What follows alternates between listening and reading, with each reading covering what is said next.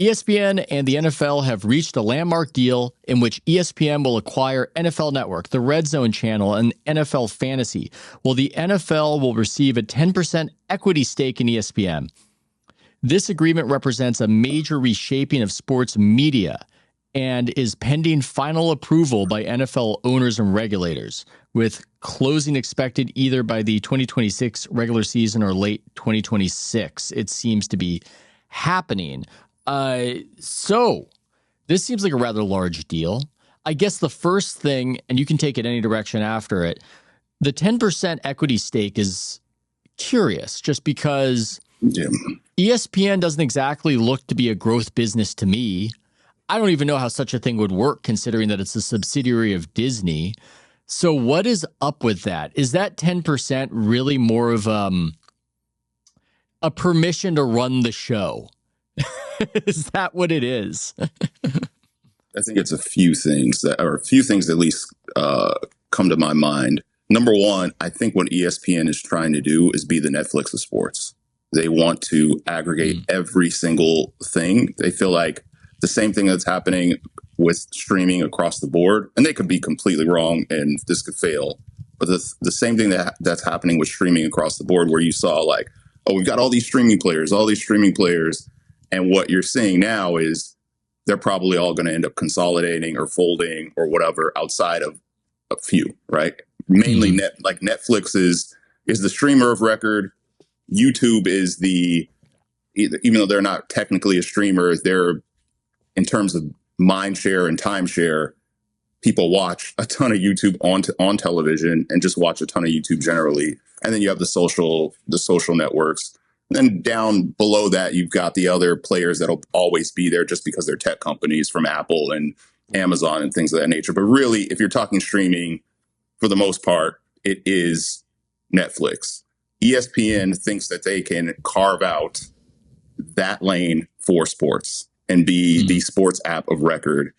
Even if there's a bunch of players going out and doing different things out here, they feel like they can do that. And if they're selling that to the NFL thinks there might be some upside. So imagine you spin off ESPN and it becomes this thing, right?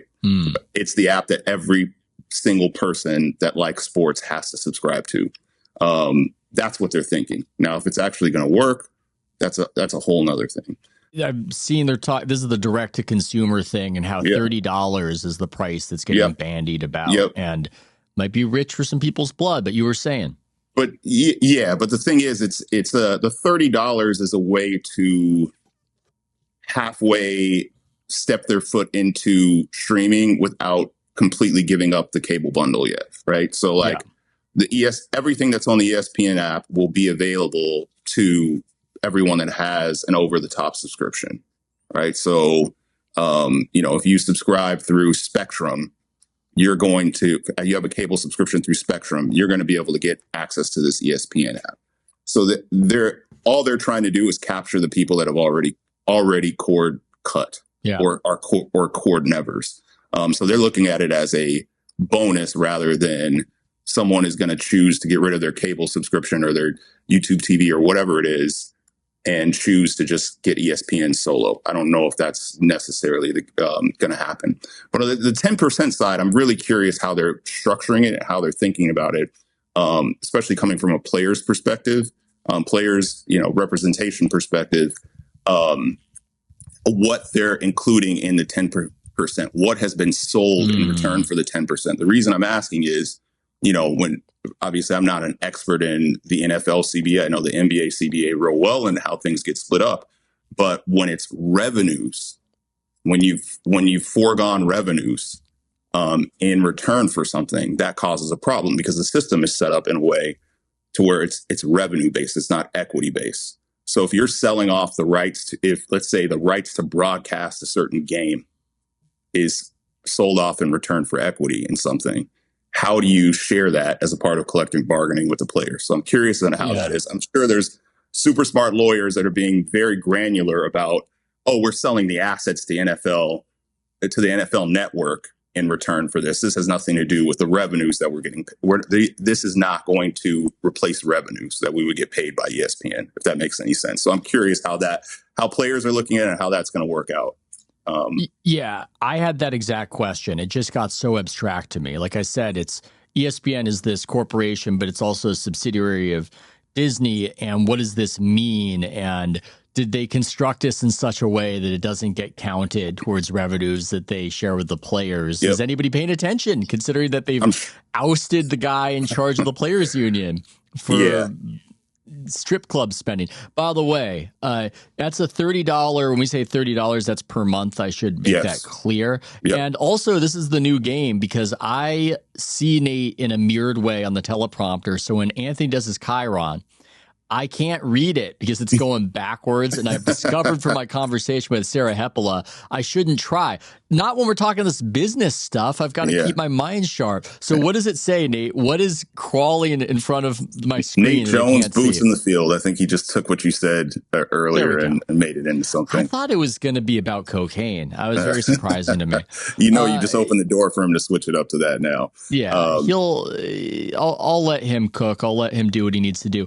This was an interesting quote that I saw people referencing from NFL Commissioner Roger Goodell. And I don't have the exact quote here. I do have the paraphrase. He said that the NFL's competition is not the NBA or MLB. Instead, the competition is Apple and Google. It was a private statement he made after the last Super Bowl. And ouch, if you're Adam Silver, I would say. But what do you think of that quote? Well, I know what he's trying to say. I don't really think Apple is his competition. What he's trying to say is YouTube, just the mindshare thing that we talked about, which is really YouTube and the social networks. If you're thinking about the next generation of fans, that's what takes up most of their time. And if you're talking about pure play streaming, then you would also add Netflix, and then lastly, you have to add video games to that as well, gaming. So I think those are really for the entrenched, big sports leagues. Those are really the competition, not just for the NFL. I would put the NBA, all of that, in all of them in the same boat. I am in a geriatric millennial, first year, 1980, January 1981.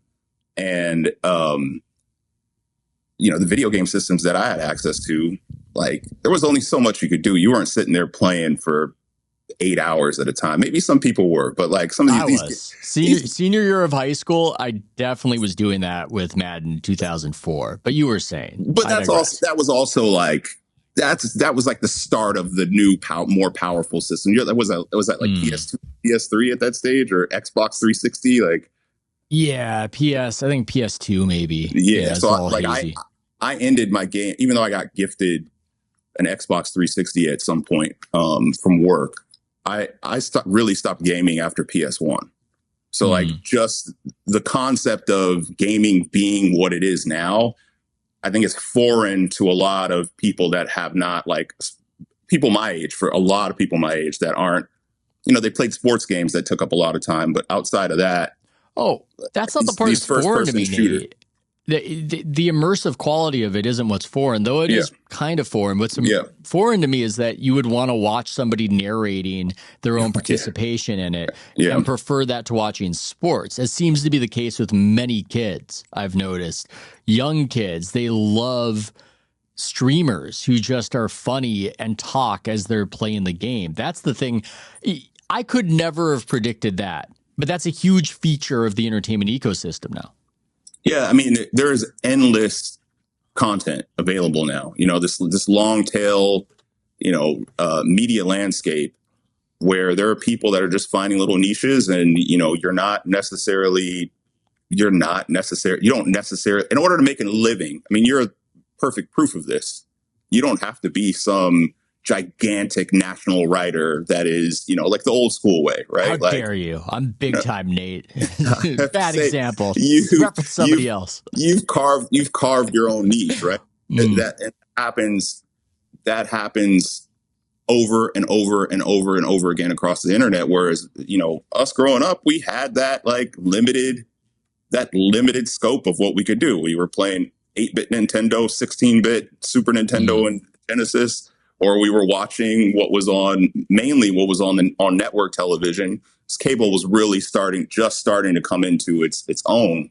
And now that's exploded to where, I mean, there's any sort of topic, there's just endless content, and the feed is just going to keep going. So how do you compete with that as a sports league? And I think that's what Goodell was trying to get at.